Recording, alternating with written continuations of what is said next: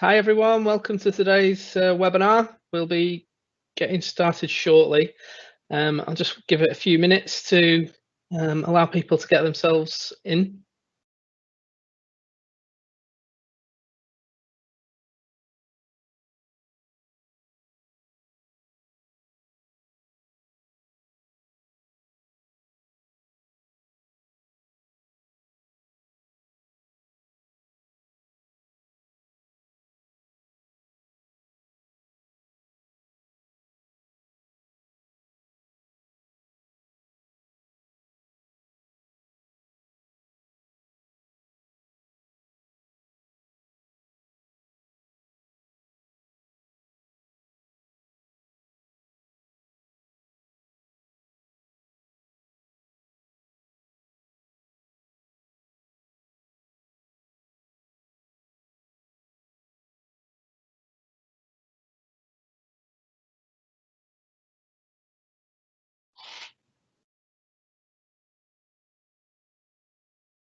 Hi to those of you that are just joining us. Just going to wait a couple of minutes, let people get themselves signed in.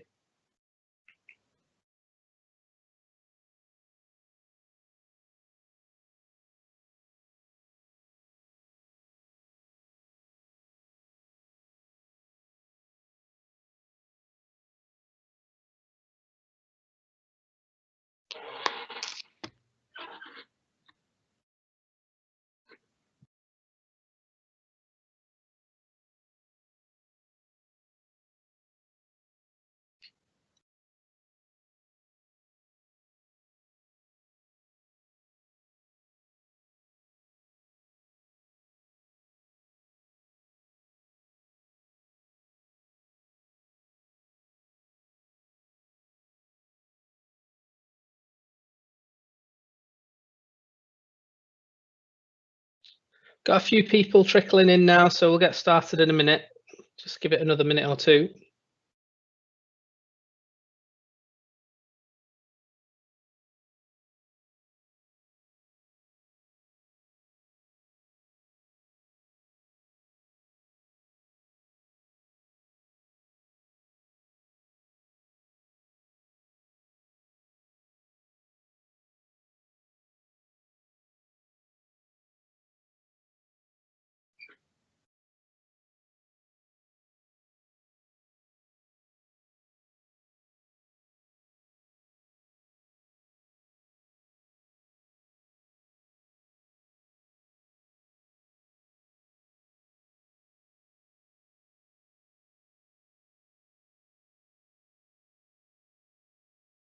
Okay, so it's 12:32. We'll make a start. So,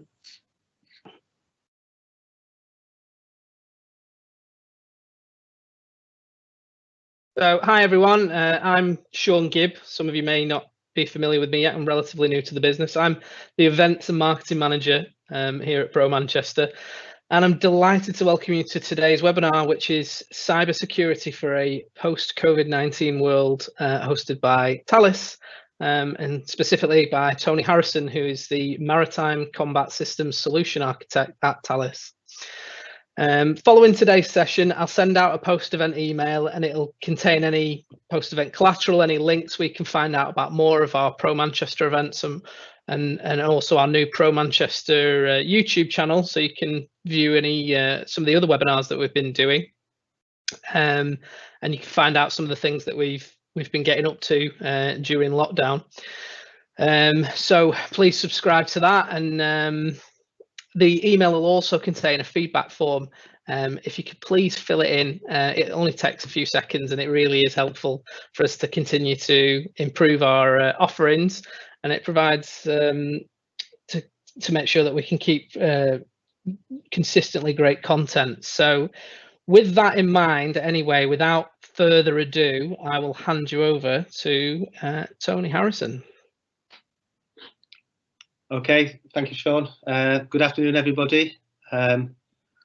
Let's introduce myself. Yeah, I'm Tony Harrison, and I'm currently the solution architect in Thales, based in Cheadle Heath in Stockport, although I haven't been there for at least 2 months, given the current lockdown.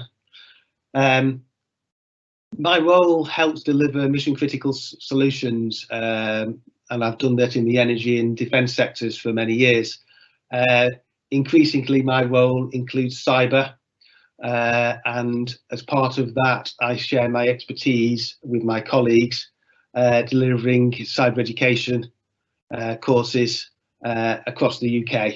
And I also very active in the STEM ambassador community, sort of engaging with the next generation of our employees, trying to enthuse them about engineering. And I've particularly been recently doing things with cyber, enhancing their cyber skills, techniques and awareness. So I think it's very important that everybody's aware of what the risks are in the big wide world. I'm also a runner, although maybe that's a retired runner these days, and regularly running things like park runs and events around the northwest. Desperately missing the social side of that. Maybe sometime later this year. So what am I going to cover today? I think we're all agree that we're living in exceptional times. I believe that we're on a cusp of significant change the way business is going to be conducted, with a far more dispersed and remote workforce becoming the norm. And I'm sure we're all starting to challenge the old assumptions as we try and adopt new and efficient ways of working. And I think it's now we need to start planning for that now, even though many of us have not come out of lockdown, and to work out what direction we and our businesses need to go in. So this session is going to focus on 3 questions. What's changed? What's different now?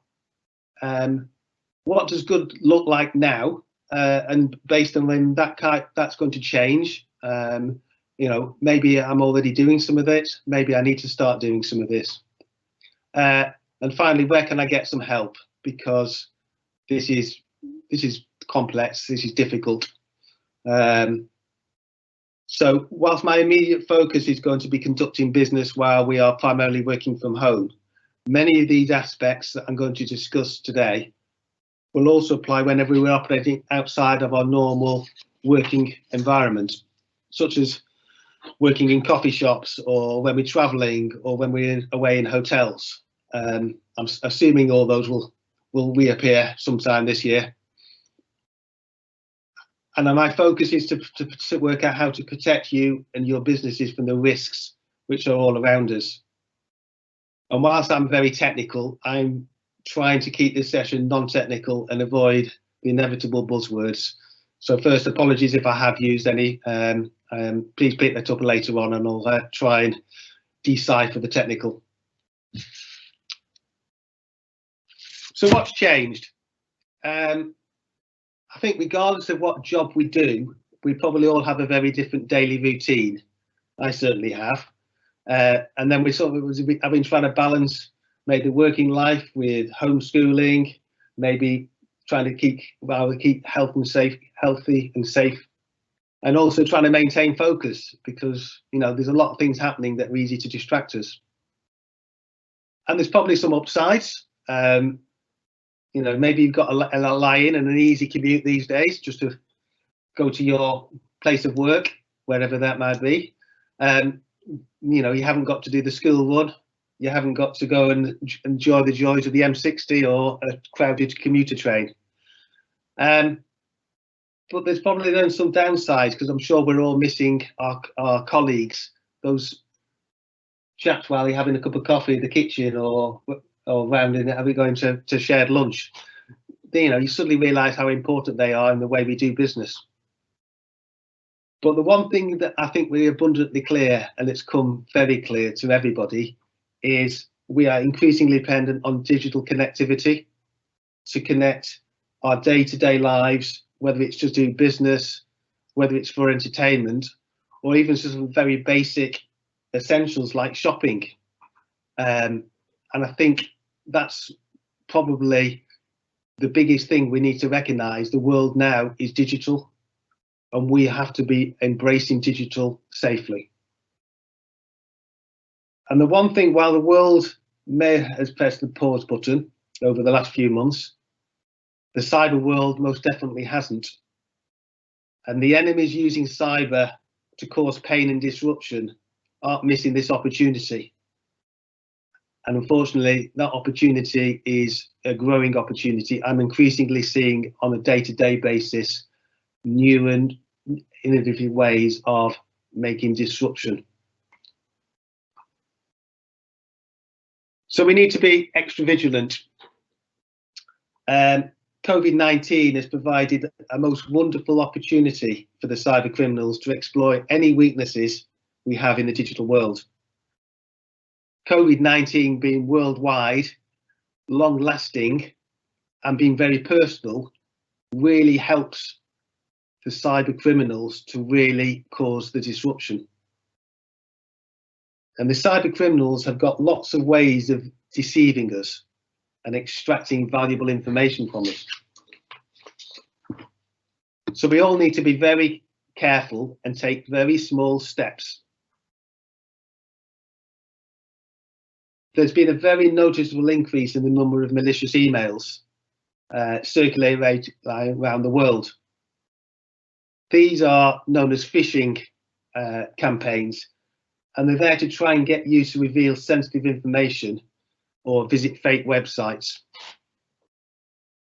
There have been many emails claiming to offer services related to COVID-19, and increasingly things like offering things like hand sanitizers, PPE equipment, bogus testing kits, etc. There were also phishing. These phishing campaigns aren't new, but because it's such a worldwide, they have such a wide audience to target. And there's the increase in emails allegedly coming from organisations like the World Health Organization asking for information. So we also need to be asking questions whenever receiving emails from such organisations. Would you expect to receive an email from such an organisation? But does the email look valid?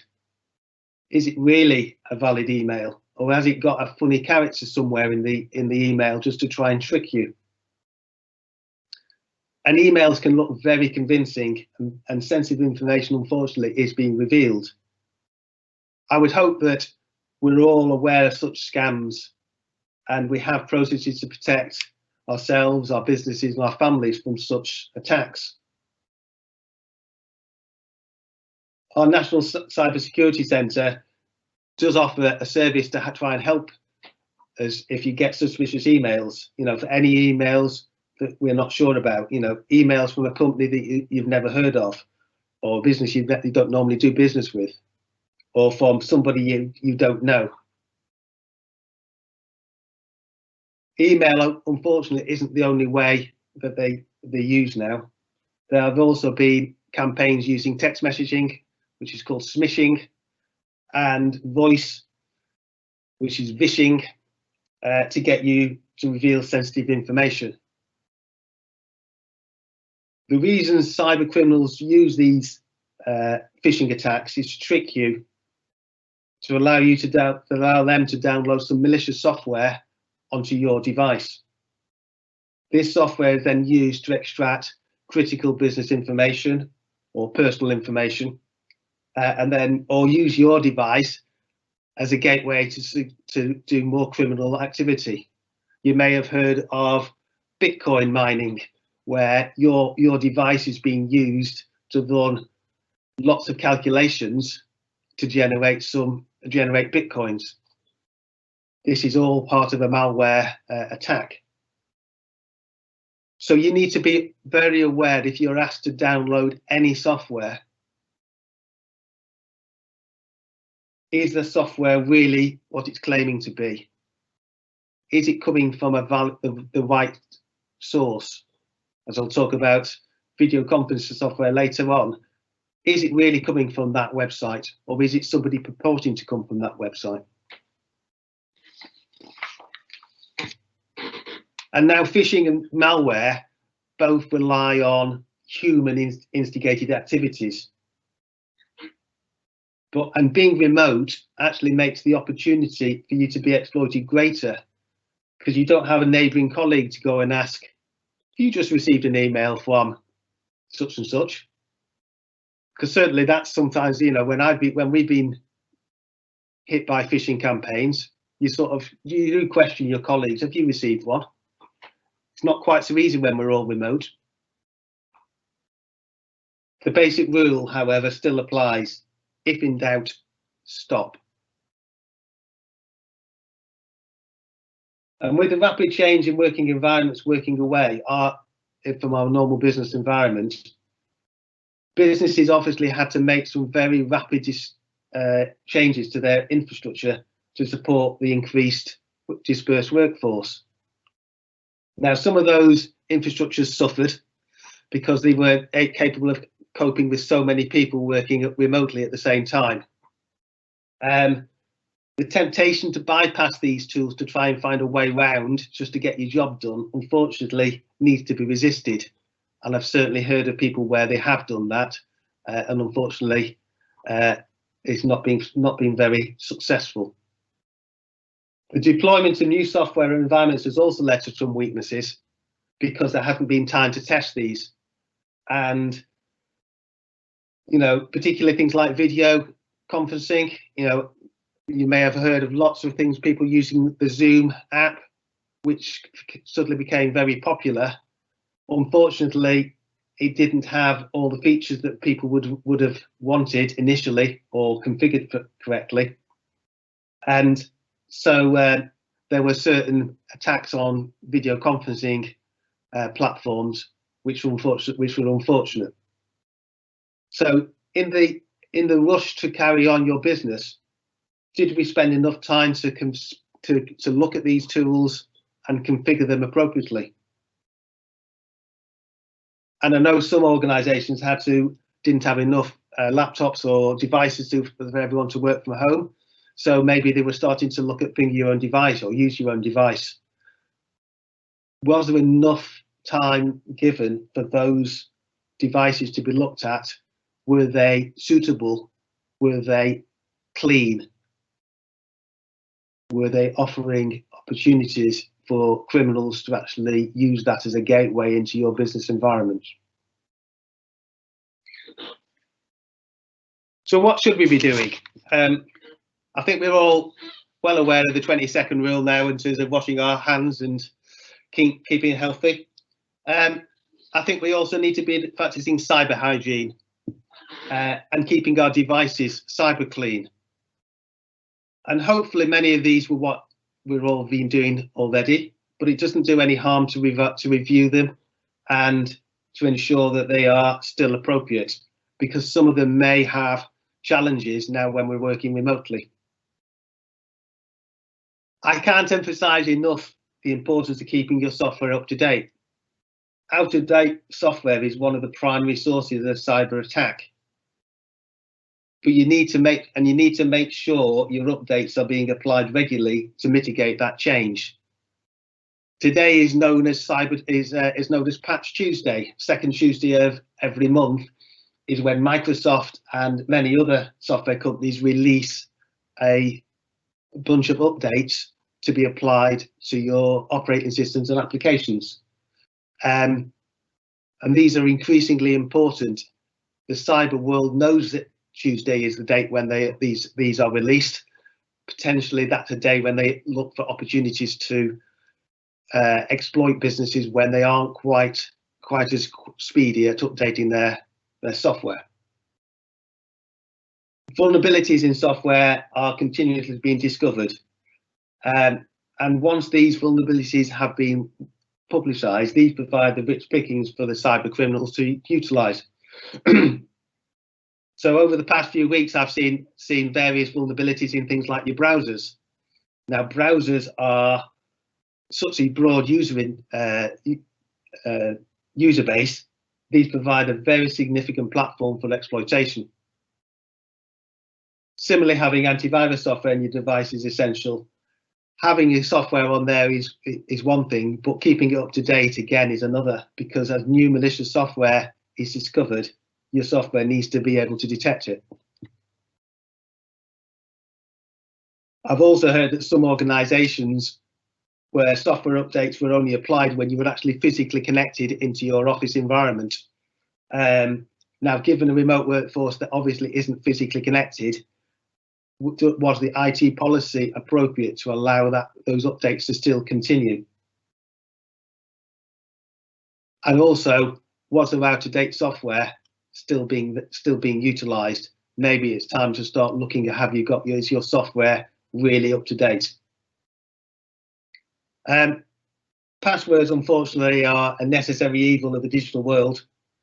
And until someone finds a better way of authenticating access, passwords are here to stay. As we all know, good passwords are essential to protect our business assets. However, are our password policies still represent good practice? So are we still changing our passwords regularly? Are we ensuring that we have unique passwords across all applications? Are we insisting on strong passwords that are difficult to crack, difficult to guess? Are they long passwords? Are we using two-factor or multi-factor authentication to help as an additional measure of protection? I think for a remote workforce, that's essential. But obviously that requires an infrastructure in the business organisation to support that. And finally, just in case things go wrong, you need to ensure your devices are still backed up. And also, if you did need to restore from backups, does your strategy allow for that to work in a remotely dispersed workforce? Can this still be done when you're operating remotely? What would happen if you needed to restore your equipment? If you haven't already considered it, I highly recommend that you look at the Cyber Essentials as a baseline for the technical controls that you should be adopting in any organisation. These are promoted by the National Cybersecurity Centre, which is an independent organisation. I always like sort of nice, memorable pictures. I like this as it's really simple, memorable, and to the point. I use this around schools, and everybody gets it. It's easy to remember. If you want to pass security messages around an organisation, try and find simple, memorable messages. Moving on, I think we also need to look at discipline. Without our normal daily routine, it's easy to fall into bad habits from the normal discipline and rigour of office life. I think it's important that we still retain as much of that discipline when we're working remotely as if we were in the office. I'm sure we all have security policies and procedures, but do they adequately address this remote dispersed workforce now? Is everybody aware of the policies and procedures? Are they being monitored? And I'm increasingly seeing organisations starting to look at, can they monitor the workforce remotely to see whether the procedures are being followed? Has adequate training being provided?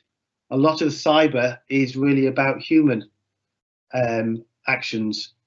Are people aware of when was the last time their training was revised and reviewed? Maybe it's time to look for a refresh, given that we're going to go forward in a more dispersed workforce. And apart from ensuring you have a comfortable working location and complying with all the health and safety environment and guidance we need to have, we also need to think who can access your device wherever you are operating. And this obviously operates more than just working at home. So, for example, do you practice the same routine at home as you do in the office? For example, when you leave your working location to make a cup of coffee, do you always lock your device? And have you thought about what happened if you didn't? The reason why we do it in the office is to protect somebody from coming up to your device and maybe doing something malicious, deleting files, maybe changing your password. If we don't continue to do these practices, when we do get back to working in life, we will be in bad habits. It's also very tempting in our always-on culture to keep our devices permanently on and connected, particularly if we're maybe working different working hours just to fit in around family life. But would we do this when we leave the office? Would you leave your device permanently on? If your device becomes a target when it's discoverable on a network, so if it's off, and I don't mean hibernated or sleeping, I really mean powered off and take the plug out of the socket if possible, then it's much less valuable to the cyber criminal. So always power your device off at the end of the day and close the laptop. You know, say, no, I've finished work today. And one of the big advantages of that is that when you turn your device back on in the morning, that might be when you get your updates, software updates get applied, because often updates are only applied when you restart your device.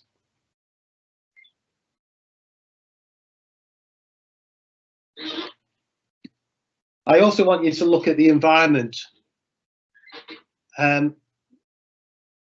So wherever you are operating, and it's quite interesting given we had the VE Day a couple of days ago, celebrating what happened 75 years ago. This is a poster from the war. Careless talk costs lives. Careless talk could cost livelihoods because of the cyber world. I'll explain why. When we work in the normal environment, we probably have quite controlled, you understand your environment, who's around the environment, who's there. But when you're working outside of the office, how well do you look around at that surrounding environment? How much thought have we put to where we actually sit? Who else is present? Who else might be interested in what you're doing? Who might be interested in where you work? Because where you work maybe provides some valuable insight into terms of what information you might know. So this is one thing that I think social distancing regime may actually help, because that might protect us technically as well as medically. If we think about in a coffee shop, do we sit with our back to a wall so we can't be overlooked? On a train, could anybody else see what was on your screen? Could anybody hear what you're saying? Just think, would you share your phone number or name with a stranger? Normally. But I frequently hear people on the phone on a train clearly saying their name, their company, maybe their role. And a very quick Google search can probably start finding out lots more details about the company, e.g. email addresses, which could then lead to phishing attacks, etc. Cyber criminals only need 2 or 3 bits of information to start building a very big picture about whether you are valuable. And at work, you're unlikely to have many smart devices around, but at home, we've all got smart assistants, smart TVs, smart watches, smart sound systems. They're all listening to your commands. So if they are in earshot, then can they also hear all your conversations? They could be business conversations, they could be confidential conversations. Do you know where that's being captured? Is it being stored? Do you want it? So I think you need to practice social distancing from all your smart devices, and it's much more than 2 meters. And you know, you'll be suddenly everybody's suddenly aware of how many smart devices we do have on our phones, on our watches, etc. And when we have an audio conference, do we always know who's on the call? We go around the virtual table. Do we ask who's on the call? Would we know if somebody was lurking? It's very easy to spot that in a physical room, but in a virtual room, not quite so easy. And similarly for video conferences, do we insist everybody is on camera? Would you be able to detect uninvited guests? So I think we need some guidance, because when we're working remotely, we need to think about how we can still protect ourselves and our businesses. So I think every business should now have a remote working policy and guidelines. If they didn't have one before, I think they need to have one now. And including in that guidelines, it should say, where is it appropriate to work? And what protection do you need? Do you need screen guards to prevent screens from being overlooked, for example? Now, communicating with colleagues and customers is an essential part of any business. But as part of the remote working guidance, I think you should also adopt a meeting and communications discipline. So always validate who's on a call. Most conference systems allow passwords to be put on, or 2. Always ensure you use at least a password. Lock the call once it's started, because that adds another discipline of timeliness as well. Always have control on things like mute and etc., which I'm sure everybody's always suffered. And if you have a video call, do you insist everyone keeps their cameras on and their microphone off? I think I've explained why I want smart devices to be turned off, so they're not eavesdropping. But I think so that might determine where we work. And I also recommend that everybody has headphones, so at least you're not broadcasting audio out to everybody. I've certainly heard plenty of conference calls on a train when someone's got their phone on speakerphone. It's a bit embarrassing sometimes.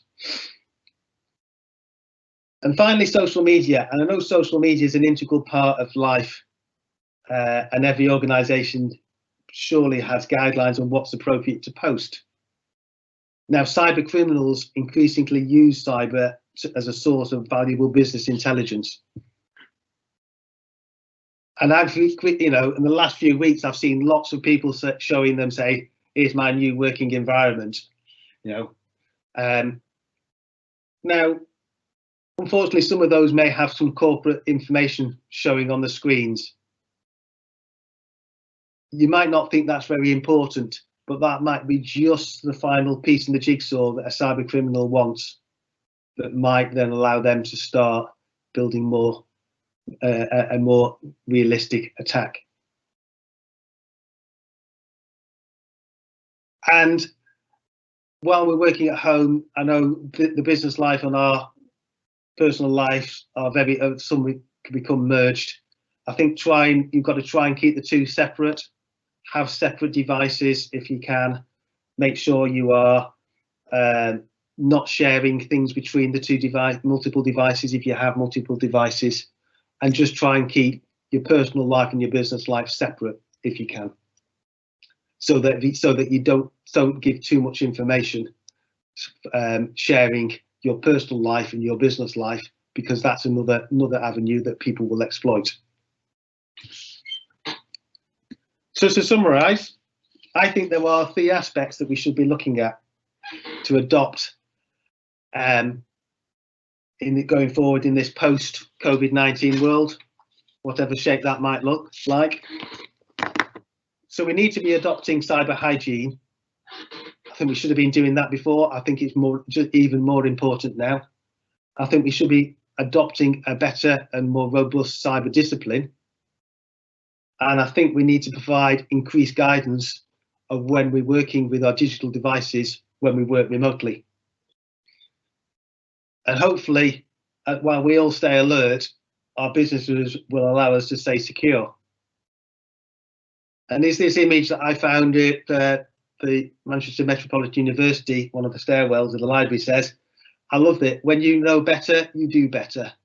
So let's hope what I've just said this afternoon helps you and your businesses succeed in whatever form post-COVID-19 looks like. So I've referred to the National Cybersecurity Centre earlier on. So if you've never been looked at this website, it's a government website. It's the National Centre of Expertise for Cybersecurity, and it's a great source of information and guidance for you to consider, whether it's for families and all sizes of businesses. And if you just look on the slide, you can see some of the most popular searches were last week was cyber aware, coronavirus and phishing and 5G. So I've mentioned at least 3 of those, I think, today. So they are popular things that people are looking for guidance on. It's also impartial as well. So it's not trying to sell you anything, it's trying to help you. And I think that's quite important. So I think that should be your first source of guidance and information. So finally, if you wanted to contact me, I'm on LinkedIn, that's my professional side, and my Twitter account is what I tend to use for my STEM activities, to try and keep those 2 activities very separate. So now, are there any questions?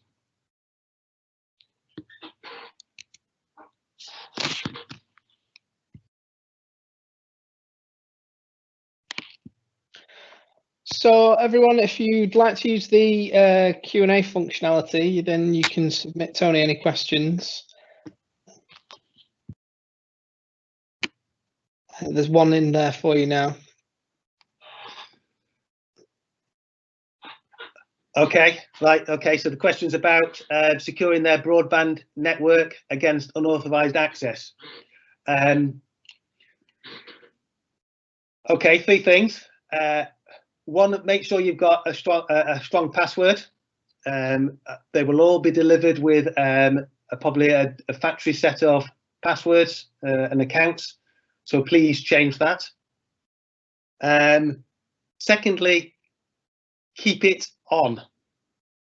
I know I talked about turning your devices off. The probably one device you should keep on at all the times is your broadband router, because the broadband service providers frequently send updates overnight to patch your router. So make sure it's available so that you're available to take those updates, because clearly they are a valuable source of attack into a business or a home. And thirdly, just go and have a look at it. I just check you are connecting, make that you are connecting to that you haven't got anybody coming into your device, into your network from a neighbour who just happens to have found your account, found your network. Maybe change the broadband name so it doesn't always say BT or Vodafone or Sky or whatever they all seem to be. Just try and make it a little bit different so it's not as easy to find, because if it said it's BT, everyone can probably go and find all the default settings of the BT routers, for example, on the internet. So that's my recommendations.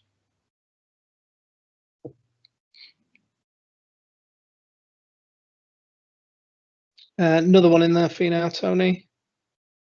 Right, okay, let me scroll down. Where's it gone? I can't see. Where is it?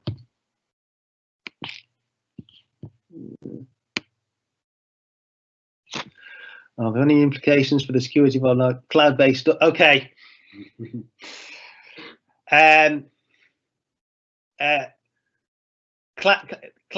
is obviously one of the big opportunities for people to operate remotely. I think it goes back to when you're adopting any new software or new infrastructures, take your time. Don't rush into it. Make sure it does what you want it to do. Make sure you know how to protect it, your information. So does it encrypt your data so it can't be accessed by anybody else? How do you protect it? Clearly, where is the data? Obviously, we're all aware of GDPR that happened a couple of years ago. Where is your data being stored is always an interesting question to ask. And if it's ask the questions of how they protect you.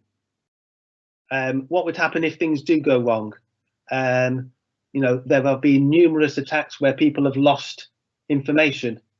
What protection are they doing if to protect you from losing that information? Is there any insurance that they would do if your information was acquired maliciously on using their services? Would they offer anything?